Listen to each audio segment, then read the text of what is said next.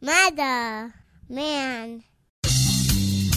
Hey, Joe, we love you long time. You hang these coffins off my nutsack, bitch. Spreading faster than a case of the clap in a trailer court. Able to shatter eardrums within a 666-mile radius. A podcast more brutal than all the rest. It's murder! Metal!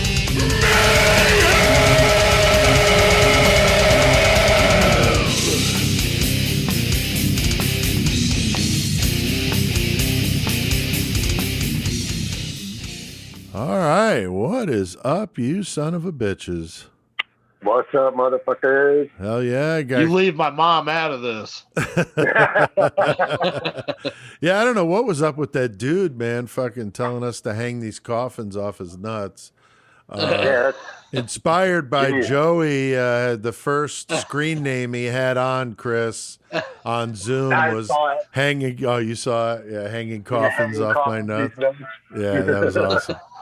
So, all right. Well, I got Chris and Joey here with me. We're doing this all remote, so it sounds a little funky. We apologize. This is kind of a last-minute situation.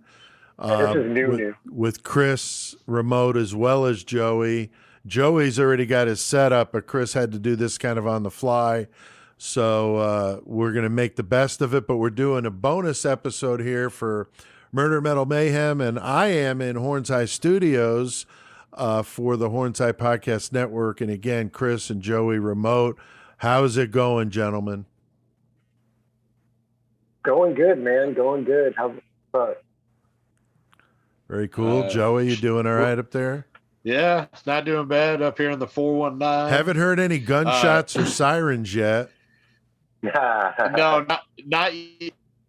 But I'll tell you the most Toledo thing that could happen was whenever I'm at work the other day, early as fuck in the morning, and they're like, "Hey, everybody come up to the front of the store. We need you to move your cars closer to the front because people out on Monroe Street stealing catalytic converters." Oh, shit. So fucking... Oh, my God. Damn. Well, that happened to the work truck. That happened to the work truck in a little town smaller than Hayworth over the summer. Cut the the catalytic converter right off the box truck at the school parking lot. Pretty crazy. Motherfuckers be cracking out over them shits, dude. I guess. So Chris and I had a really good time at the Dark History and Horror Convention this past weekend, and we're going to talk more about that next week when we're doing a full episode, but we did want to mention it tonight. Chris, I got a good making story for next week, dude. Good. Not from the convention itself, from after the convention. Oh, okay. This should be interesting. I got a good story, bro. I could only imagine the Shawbacks at a hotel had to be interesting. It's interesting. All right, very good. Well, the big highlight, Chris, we know, was our listener from 3 hours plus away drove to the convention, Chris, to give us a little surprise. Fucking 4 motherfucking big ass boxes of goddamn Pop-Tarts. Oh my God, like the big, like deluxe boxes of Pop-Tarts and the real ones, Joey. No Clover Valley, all fucking Kellogg's. CK would have been stoked. CK would have been jealous as fuck because Chris. We started eating on them a little bit. I know Chris's kids were eating on them, and I think my son had one. Brian was eating a few. We got a little hungry there because you're not allowed to bring food in there. So, but yeah, that was so cool. But we'll have the listener's name, and we'll talk more about that next week. But that was just definitely just so awesome, and had other listeners come by too. But that was just the highlight. It was a good fucking time. I can't wait to talk about it. Yeah. All right, what T-shirts we got on, Chris? I can't make out what you. I got the Gorgie shirt, looking like Spike with all the shit coming out of his eyes and his mouth and shit. Fuck yeah. Nice. Joey, what about you, man? I got the first annual Cannibal Cookout Gore Camp party. Nice. I just went to work. And I got my Ed Gein shirt on, the Plainfield Cemetery shirt. I got this at the last Dark History convention, and it's just such a cool shirt, that real, bright blue. It's just awesome. Yeah. So love it. Nice shirt. Busted that out. I almost wore it to the convention, but Chris, I went with my Albert Fish Gone Fishing shirt. Gone Fishing. First day I wore a Murder Metal Mayhem shirt. I figured might as well plug us. And then the next day I couldn't find Ricky Casso. So he's around. Man. He's around. I'm sorry, Acid King, but could not find you. So I went with Mr. Albert Fish. I got the aborting hat on. They literally had like fucking 5 of these or whatever, and fucking me, Chris, Michael, I can't remember somebody else. We all fucking bought them here in Illinois. Nice. Yeah, I think that somebody. Yeah, I think Pat Sean. Yeah, that's cool. Hats. That's cool. Yeah. So last week, guys, we did a good one on the serial killer cop Gerard Schaefer. Fuck yeah. Fucking brutal. Murdered at least 2 young girls in 1972, but it's believed he killed a lot more like 30 or more down in Florida, go figure. But he was a cop, and that's what makes it fucked up. And that was a very interesting discussion about these elaborate plans to abduct and tie them up and hang them from nooses so that if they slipped, they would hang themselves. I mean, just fucked up. That's sadistic. And then just tell your boss, oh, I made a mistake, dude. Right. Call the sheriff and tell him, oh, by the way, I had abducted 2 girls under the guise of I didn't want them to, be out there hitchhiking and the dangers of hitchhiking. And of course, the sheriff's like, yeah, whatever, and has him arrested. So fucking stupid ass, a smart guy doing some dumb shit. But I thought it was cool. We heard from Mick, our listener in Australia, the former Australian cop, and he said we did a bang up job on Schaefer, and he suggested a really dirty Aussie cop, Roger Rogerson. That's a good one to YouTube, guys. We definitely or Ozzy. Aussie, yeah, Ozzy. I actually wrote Ozzy in my notes, and I said it right. Aussie. It just seems so weird saying it like that. I know, I always did that but too. That's the proper way. But yeah, Roger Rogerson, a real dirty cop involved in a murder. So we're gonna have Mick on when we do that one. Haven't set a date yet, but he's totally down, and it's worthy. And it's another dirty cop gone fucking killing, man, just doing some crazy shit. And he killed others too, so it's not just the one. But very, very fascinating story. But Joey, you did the feature on Embalmer. That was badass. Fucking Embalmer. Yeah. Little Cleveland death metal. And fucking did our Killer Cage match. We did a karaoke song and just all sorts of usual silliness that we dish out. So if you missed episode 189, go on and give that one a listen. And we were passing 900 to that today. Did pretty well.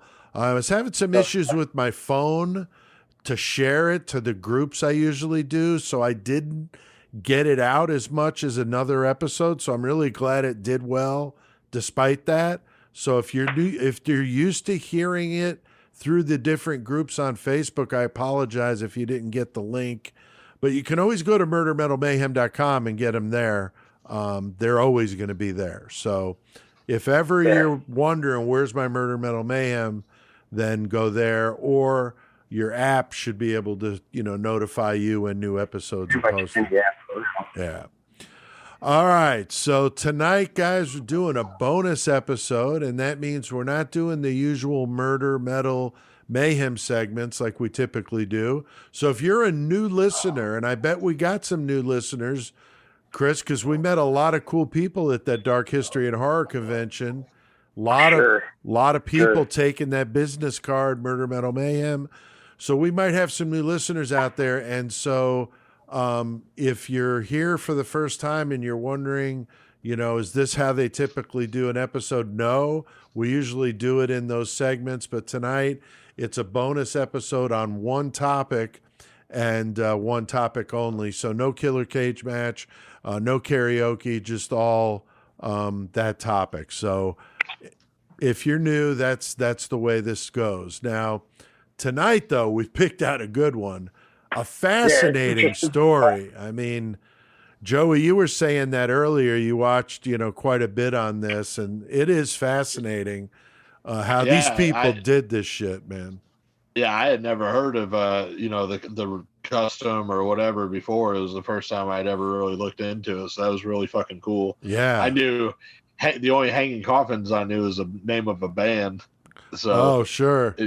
I mean, obviously bands get their name from all kinds of cool shit, so I could have just looked it up, but.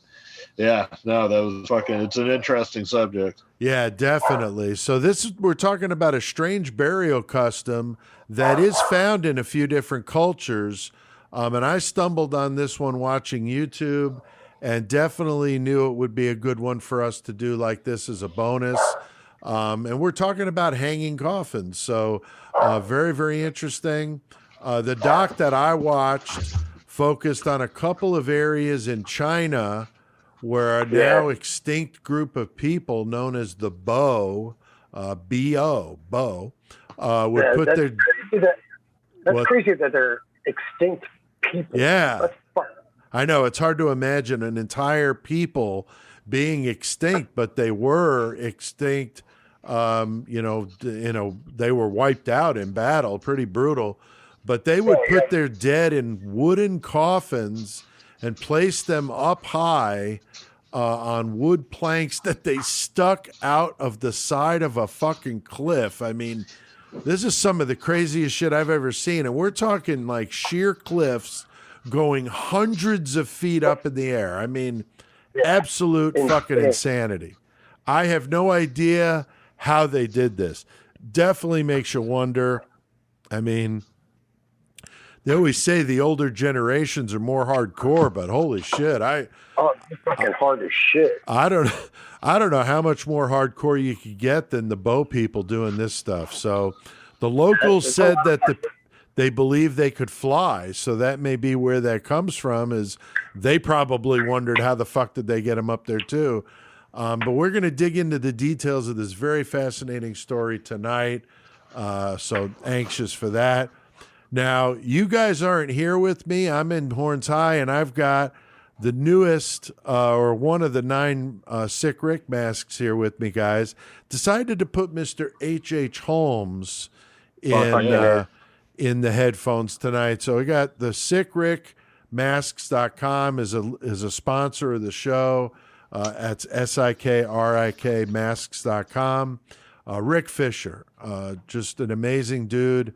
This Holmes mask is so wicked. It's in a sepia tone, so it looks kind of old-fashioned looking even more with the hat and just the details, just really, really great. And Rick just keeps getting better and better. I mean, unbelievable. The mustache. Yeah, the mustache is right on. Yeah, for sure. And I'm sure you guys have been looking at the progress he's making on the new Eileen Wuornos. Man. God. So cool, fucking badass. Yeah, for sure. When he switched up to the other view with her looking all crazy and shit, Oh my God. I was like, okay, that's the one right there. Yep. Right. Yeah. And I was talking at the convention of getting a female mannequin and putting her head on it and getting a prison uniform for it. I was looking on eBay. I was like, yeah, this isn't that much. So yeah, that's the plan, is to have an Eileen Wuornos mannequin for our display at the convention. Don't let Chris be too drunk around it. He might fucking molest it. I'll try to avoid it. I'll get a mannequin with big titties, so that'll really drive him crazy. So it should be fun with that. So anxious to see Sick Rick's final on the Eileen Wuornos, but should be brutal. So again, SickRickMasks.com. I'll link to that in the episode description. But he's done musicians, serial killers, occult figures like fucking Aleister Crowley and fucking El Jim Duce Jones. from the Mentors, fucking yeah, I mean all the Psycho Billy and all the different characters he's done. Pretty amazing shit. So yeah, check Fucking him Bob out. Tom being a slack. Right. That one's hilarious to me. Yeah. We appreciate you guys out there listening to Murder Metal Mayhem. Keep seeing the numbers rolling in. We're about 2,700 this last week. So thank you to everybody, and I hope you guys enjoy this one. Doing a little bonus episode tonight. So, Chris, I thought this would be a good one for us, but, I mean, have you ever heard of some crazy shit like these hanging coffins in China? No. I was like, wait, what are you talking about hanging coffins on a cliff? And when I fucking like saw just the still pictures, I'm like, what the fuck? How was that a thing, dude? Right. Like, but yeah, no, I had never heard of this. And I was like you said, just the stills, I'm like, how did they fucking do that shit? Right. All the way then, even like modern day shit. They're like, what the fuck? Exactly. Yeah. I mean, it's definitely a cool, interesting topic. And Joey, there are some interesting burial customs out there in some different countries, but this one is definitely one of the most intriguing. And it does make you wonder, like Chris said, I mean, even with modern shit, how they got those coffins up that high. And to think it was, hundreds of years ago. I mean, just unbelievable. Yeah, it's fucking crazy. I mean, you can liken it kind of, I mean, to a lesser degree, but still fucking amazing. Like the pyramids and shit, like how those people built those way back then. Totally. Stonehenge, any of that shit. Yeah. You know what else comes to mind just because whatever is, those goats that live on the cliffs? You know what I'm talking about? Like what the fuck? Maybe they got them goats and they use them to fucking haul the shit up there, It's very possible. It's very possible. Cleaned them walls like a bastard. Yeah. Maybe I just solved the mystery. You might have. You might have. Some tough ass goats, man.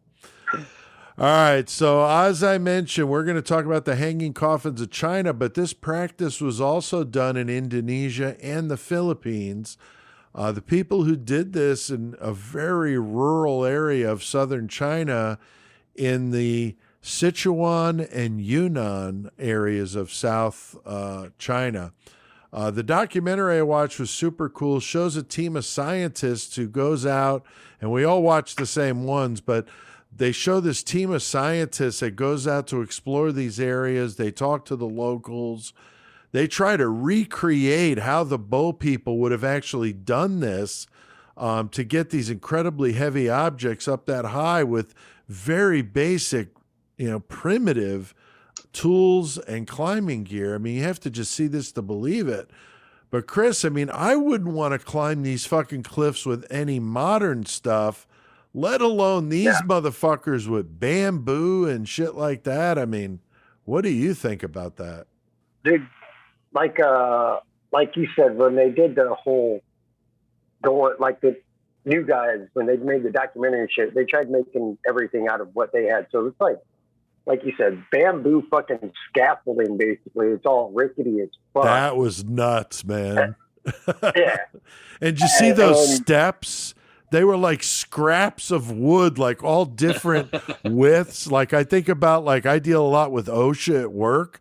And I think about how step treads have to be a certain height and they have to be consistent. Like you can't vary it up, And these motherfuckers are climbing hundreds of feet in the air up these fucking rickety looking steps on some rickety ass fucking bamboo scaffolding. I mean, whoa, unbelievable. Yeah, with just rope, they tied basically around them. Because back when this happened, they didn't have fucking the hooks, the camera bingers or whatever to fucking latch yourself on, right? All that shit, right? So even now, dude, I don't have a problem with heights, but sketchy shit I'm sketchy about. Yeah, I'm not a fan of the uncertain height thing either. If I don't feel comfortable with what I'm on, I can't do it. And I was going to go into air assault when I was at Fort Hood, but I got hurt. And that's where you rappel out of helicopters, because the air assault school was at Fort Hood. So they used to really encourage soldiers to go because you're there. Like, you don't have to go somewhere to go to the school. It's right there. So they really encourage guys to go. And I'm like, I don't know how into rappelling out of a helicopter I am, but, you know, it sounds kind of cool. And, you know, they really were pushing it, but I did wind up having to do it. But that would have been interesting. But what about you, Joey? How are you with heights? Oh, I'm not too much a fan of heights. Let me clarify. It's not so much heights. I don't like open space around me. You know what I'm saying? Right. Like, high up. Yeah. Like fucking, you know, getting lifted up on a forklift so you can fix some shit way up high. I don't fucking like that. Yeah. Like in an airplane, I'm fine though. How about hanging drop ceilings? Ceilings? Yeah. That didn't mind. Yeah, I was okay with that. What I didn't like is whenever we were hanging the drywall and the ladder went out from under me and I was hanging on the motherfucker 20 feet in the air, though. Oh, yeah. Yeah. Over concrete, I was like, my legs are fucked. Yeah. But luckily our other worker, Big J, he fucking grabbed the ladder and got it back under me. But oh my God. God damn, I was just up there hanging on I hadn't even finished fucking putting all the nails into the fucking piece yet. So like I'm lucky as fuck. I don't know. Yeah. You are. So yeah, fuck heights. Yeah. Yeah. So in 1573, the Bow people were invaded and slaughtered. With only a few survivors who scattered. With DNA, they actually found on one of the skulls there in one of these hanging coffins, they found some DNA, and they're actually able to find some descendants of the Bow in China today. I thought that was really cool, guys, how they did that. That's pretty neat. They used software to determine what the people looked like, or what the person looked like that was the skull. And the drawing they created actually looked a lot, I don't know if you guys thought this, of one of those guys they interviewed looked a lot like that fucking dude in that picture. And I thought so too. He claimed he was a descendant of the Bow.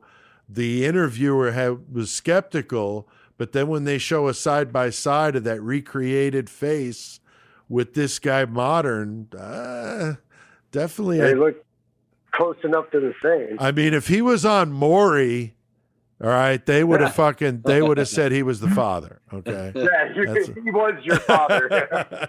I always love that they show the side-by-side pictures. Like, look at his ears. You know, he's got ears, you know, like, yeah, so does he. What the fuck? So one of the things the locals said, like I mentioned earlier, was there was this legend that the Bow could fly. And probably, I'm guessing, like a lot of these legends spawn from, you know, real things, but they were just probably like we are, kind of in awe of how the fuck they did this. So they're probably like, well, I guess they must have been able to fly, you know. That'd be about the only thing that at that time you could even dream of. I mean, it's not like they had helicopters back then or you know, modern anything. So this is just craziness. And I have a thought too. Yeah. What if they took the body in the coffin and they had a trail that they walked up a side that wasn't so steep? They got to the top and they lowered them down though. That's possible too. That's a good point. Like if you're at the top of that, it's easier to work it from the top than it is the bottom. Oh, that's for damn sure. Yeah, if you could get up there, like you said. That's an interesting way of looking at the problem. Maybe, you know, there's something to that. They never really showed like any other part of the clip other than that. Is it sheer all the way around, or that's true? Like, can you get the top from another angle? Right. Because I mean that could be a thing. That's very possible. I think that would be definitely one way to explain it. I did see that they talked about the whole concept that the bow had of the burying or putting to rest their dead up high so they were closer to heaven to make it easier for them to get up to heaven, which is kind of an interesting way of looking at it.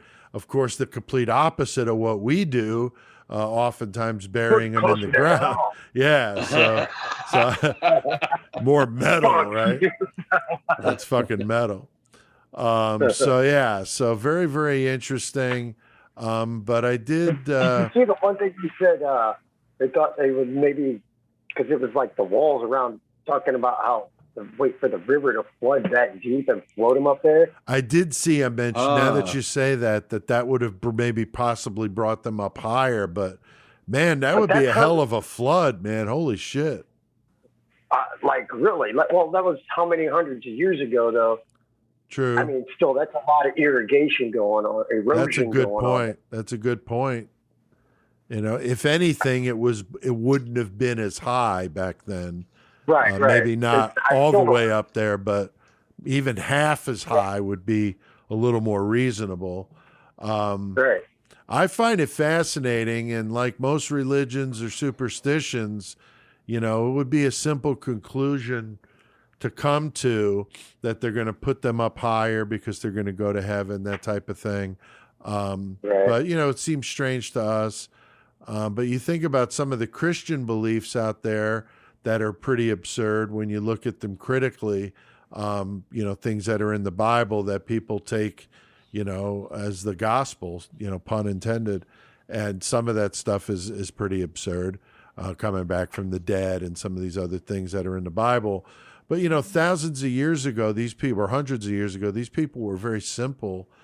So these types of things could be easily explained by, they could fly, or, there's, whatever. And they believed it. And because it explains the unexplainable. I mean, people don't like to have these unknowns out there, so they try to explain it with all kinds of things. Now, Joey, these coffins I saw were made from a single piece of wood, which would make them incredibly heavy. Yeah, that's solid right there. Right. I can't remember exactly like what the dimensions were, and they were probably pretty small by today's coffin standards. True. But still at the same time, fucking chunks of wood like that, like you're saying, this is solid fucking wood. Yeah, they showed those dudes like, carving them out. I mean, you're talking hammer and chisel, hatchets, shit like that. And to be honest, probably because the wood is as heavy duty as it is the only reason why so much of those still remain to this day, to be honest. Because anything else would have deteriorated and fucking eroded. That's a good point. Because these things are fucking solid, which makes them even heavier, which is just like, holy shit with this stuff. I mean, Joey, we both know, Chris, you've helped enough bands load in and load out. How fucking heavy carrying cabinets, like bass cabinets especially, fucking brutal, up flights of stairs. I mean, carrying Ampegs upstairs is the bane of the musician's existence. Yeah, the refrigerator. Yeah, for sure. Yeah. I remember we played in Flint, Michigan one time, and we were up on the 3rd floor of this big commercial building, and and there's an elevator. There's a freight elevator there. We were like, oh my God, there's an elevator. We had just drove like, I don't know how many hours it took to get there, 5 or 6 hours. And so we're beat tired, get there. There's a freight elevator, get to the freight elevator. It's got an out of order sign on it. So we had to carry this shit up 3 flights of stairs. And that was just the fucking worst, man. Oh my God. Yeah, 1 trip up was bad enough, but making 4 or 5 was just brutal. Carrying fucking drum hardware and all this shit, like, They should have fucking in-house roadies for that shit. Yeah, right? But yeah, that was a total fucking dick tease with the freight elevator, man. Thought that we were going to have it easy. But yeah, I'd rather bust the fucking shit out of my shins carrying a heavy bass cab up a stairs than to try to take this shit on. I mean, holy shit. They had these guys wearing the clothes that the Bo would have worn. They carved the coffins, say that 10 times fast. They hoisted them up with a series of ropes and pulleys using Sounds like another good band name. Carve the Coffin. Right? About a dozen guys doing this. Took them 3 days to place one coffin. And this would have been something the Bo people would have been doing on a regular basis very often as people died. I mean, I can't even imagine. I mean, I'm almost assuming you'd have to have like a crew of guys that's really good at this shit. Or do you guys think they like drew straws and like who was the unlucky son of a bitch that had to do this job, you know? Maybe it was part of their fucking prison system or whatever. Oh, there you go. Get convicted of a crime and you have to fucking carry and coffin make the bodies detail. And shit. Yeah. You're on coffin detail. Yeah, that would suck. That'd be like getting KP in basic training. Oh, right. Man, working in the kitchen from 4 a.m. to 8 p.m., 14 fucking hours, or 16 hours. It was absolutely brutal. Doing pots and pan was the worst, trying to scrape stuff at the bottom of a pan that got overcooked and scorched, and that was awful. But I'm complaining, but this would be so much fucking worse. No, it's sucks. Yeah, big time. So Chris, I'm not sure if you saw in the documentary that these clusters of coffins. So you didn't just have like one here, one there. I mean, there were like groups of them. Yeah. Kind of partially covered up by these caves. What was the deal with that? I'm not sure. I think maybe like you said, they were higher up people, protect them from the elements more. That's what I wondered. I feel like they put their people there so they couldn't be bothered.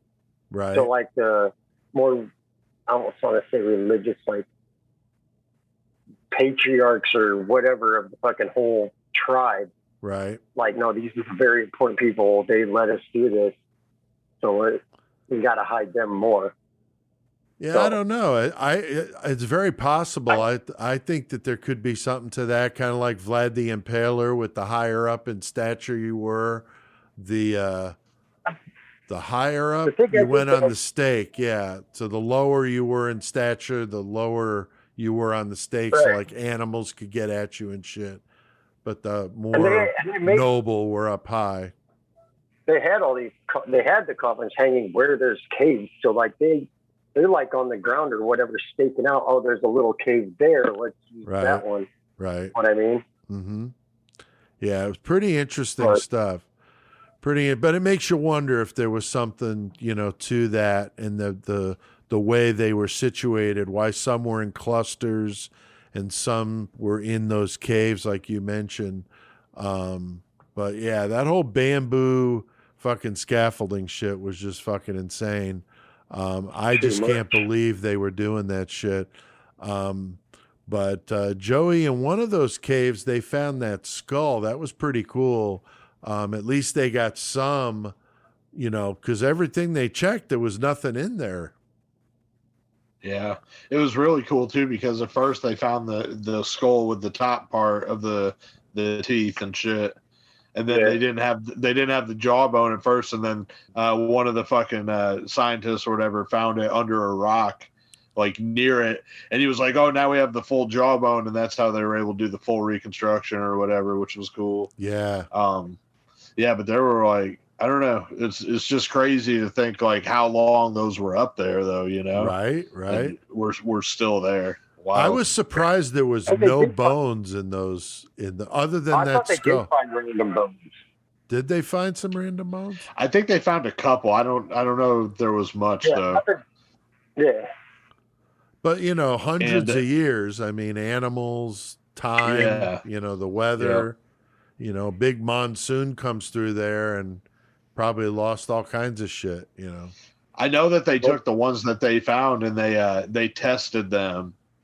And I can't remember exactly how they did it. It was like something like the DNA shit that they do nowadays or whatever, but to be able to figure out like elements of the people it came from, like sex and all that stuff, you know. Well, they found those descendants too, like not like that he fucking anybody with the last name he or whatever, some shit like that. Right. Yeah, I thought that was really cool. And I know what it was is they use the same techniques to on those bones that they use whenever they found mass graves from like wartime fucking atrocities and shit like that. Oh, whenever okay. when there were just so many bodies, it was just so fucking hard to figure it out. They used whatever methods they used to determine those to also determine the bow bones they found too. Very cool. Very cool. Yeah, that's just really neat shit. So the scientific community, doesn't know much about the bow because, as you said, they were completely erased basically from the planet, except for those few survivors that obviously kept the genealogy going. But, we're talking a language, customs, everything completely erased. Very, very fascinating. Yeah, it's hard to imagine an entire race of people or group of people completely gone. I think it's fascinating, though, what they can do with DNA now. And like we've talked about so many times with cases like the Golden State Killer, they could do some amazing things. And, the fact that they know that there are descendants of the bow in China today, I mean, just shows that, a tiny piece of skull, of them is still around, from that skull, they're able to find that, there are still some of them out there, which I think is really neat. And Chris said last names, I think either that begin or end with HE are the ones that they believe are the bow descendants, which is really, really neat. And DNA is just, I think we're at the tip of the iceberg. I think we'll see more and more of this stuff going on. I think it's just super, super cool. Now, Chris, I read that the explorer Marco Polo, and I can't say Marco without somebody going Polo. Yeah, I mean, it's just, how can you not, Poor guy. Of course, it's an Italian guy, totally disrespected with his name, but no. The explorer, Marco Polo, was thought to have observed the bow and wrote in his journal. Did you see that, Chris? I did not see that, but no, I didn't. Yeah, he said in his journal, it says, when deceased, they had their bodies put in a box to be taken out to the mountains to be put in caves or hung out where others couldn't reach. So that's pretty neat.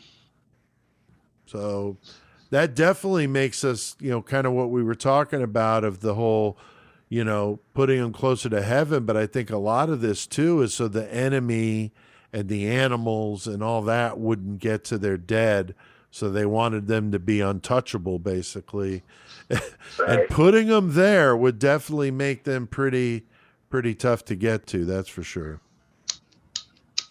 Now, the pictures that I saw, the hanging coffins in Indonesia and the Philippines look very similar to these ones in China. Yeah.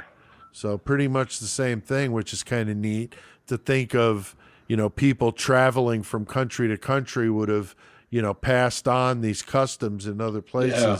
Just really neat. So I wonder if there's any DNA evidence linking the bow to Indonesia and the Philippines and everything. Yeah, that would be good to see. That'd be fucking nice to know because, it's just strange to me that people so far away. I know they're not super far away from each other, but why would you do this here and be this one people and have these other people doing the same thing out of nowhere? Right. Maybe you ought to head up an organization out of the nation, Chris. I'm doing that. You go over there and send Michael up on the first trip up the mountain, though, all right? All right. So there were 6 places I saw in China that referenced these hanging coffins, and then we mentioned Indonesia and the Philippines. The one that I watched that I thought was really good was the Absolute History that's on YouTube. So if you're interested in this, go to YouTube and type Absolute History Hanging Coffins, and boom, you'll see a 45, 50-minute documentary. It's just really interesting, talking about all these things we told you about. And there's other stuff out there too. So if you want to learn more, dig in deep and go check it out. Chris, Joey, anything you guys wanted to add to this discussion here today? I don't got anything offhand. I think we that's like the cut and dry of it right there. Yeah, Joey, where's that band from, Hanging Coffins? Portland, Oregon. Nice. I did have some stuff to say go ahead. Concerning this. Yeah. One thing I just thought was kind of funny, but I was watching one too where they went to the Hanging Coffins in the Philippines, and the guy who took them out there, like, they were out there by the coffins and shit, and he lit a cigarette and fucking left it on the coffin burning. Oh my God. And he explained to them that he was like, oh yeah, you let them get a little smoke too, like helping them out even when they're dead. So wow. I thought that was pretty cool. Wow. Also, something I didn't know about until I watched this, which I thought was pretty interesting, was the Bow people, and basically a lot of people from Asia, I guess, that whenever they used to bury their dead, they would bury them in the fetal position. So the coffins were smaller, and it wasn't until the Christians came over and taught them Christianity that they started laying them out. Oh, and then the coffins got longer. Huh. So yeah, I never knew that. I thought that was pretty wild. And also, like, back whenever like the Bow were burying their dead, like part of their rituals or whatever, something they did was they would I guess this was passed on to those other ones that Pete was talking about too, Philippines and the other one I can't remember. Indonesia. But Indonesia. Yeah. But they would have basically a line of people that, like a funeral procession, but they would take everybody would take the coffin and pass it over their heads to each other. And they would like just pass it person by person by person, and that's how it would get to like wherever it was that they were going to get it up on the mountain. Oh wow! And they had this thing that they called "Gabbai." I'm probably not saying that right, but I think it's Gabbai. And it's basically like what they're talking about is it's while you're passing the coffin, if some of the decomposition from the body leaks out onto you, it's not a bad thing. It's the blessing, because you're getting like part of that person's soul in you, and they so to them, it's like, awesome shit. And they also say, well, hey, that nobody's ever died of having decomposition on them, so it can't be a bad thing. Like they were saying something like that. Wow. But anyway, so I thought that was some pretty interesting shit that I saw while checking this out. That is interesting. Fuck yeah. Putting in the work. Good stuff, Joey. All right. We hope you guys like this one tonight. It's always fun to pick out a topic like this, kind of dark and creepy, that our listeners like to hear. Sometimes a little bit of a palate cleanse from the usual. We usually doing serial killers and stuff like that, and nothing wrong with that. Of course, that's our bread and butter. But tonight, doing a little bonus for you. Now, speaking of that, next week, guys, we got a gnarly one. Absolutely vile. The very, very disturbing case of Marc Dutroux, the Belgian serial killer, rapist, and child molester, who was convicted in 89 or from an 89 case involving 5 young girls. They let his ass out, and then he kept fucking doing it, man. Just fucked up. Another wife helping him situation. The cops just fucked this one up.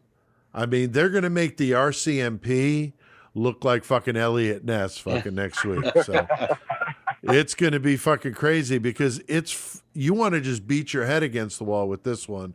I mean, literally, we're in the basement hearing the girls crying out. And the one cop said, no, it's just from the road. And the locksmith is like, no, those are girls' voices in the basement where we're looking for 2 missing kids. That's them. And the cop's like, who's the cop here? And they had to leave, and this guy couldn't say anything. That's fucked up. That's just fucked up. So next week is going to be a brutal one with this Mark Dutroux case. If you're not familiar with it, oh, man, it's nasty. Very, very fucking heinous, man. And that'll be episode 190, man. We're getting close to 200. So don't miss that. And speaking of 200, we've been talking, not going to tell you guys yet, the listeners, but we have come up with what we think is going to be a really cool 200th episode. All we'll tell you is it's not a typical, but we are going to do it in the Murder Metal Mayhem format. So it's a topic, but it doesn't quite fit our usual, but I think you guys will like it. It's going to be really cool. All right. The Murder Metal Mayhem intro music is by who, Chris Shawback? No fucking 12. Hell yeah. Thanks to everybody out there listening. Keep seeing those numbers rolling in, and we appreciate that very much. Thanks again to sickrickmasks.com for sponsoring us. That's SIKRIK masks.com. I'll link to that in the episode description so you can find out more and get a mask for yourself, just like the H.H. Holmes one that I'm looking at right now, or the Jim Jones, or the Dahmer, or Gacy, or fucking any of them. Really good shit.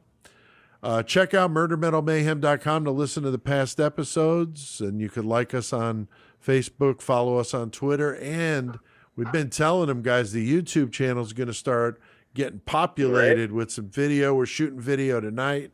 We shot video last week that I'm going to be posting here this week. So go subscribe to it. It doesn't cost you anything. And turn on the notifications so you know when we're posting new content. It'll be fun. And support the show. Join that 666 Club by going to patreon.com/murdermetalmayhem. $3 a month is all it is, and I link to that in the episode description as well. So if you want to join and help us out, pay some bills, and we appreciate those of you that are already members of that exclusive club. All right, guys. Well, until next time, keep one foot in the gutter. And just keep gripping the side of that cliff and don't fall and die. Mother, man.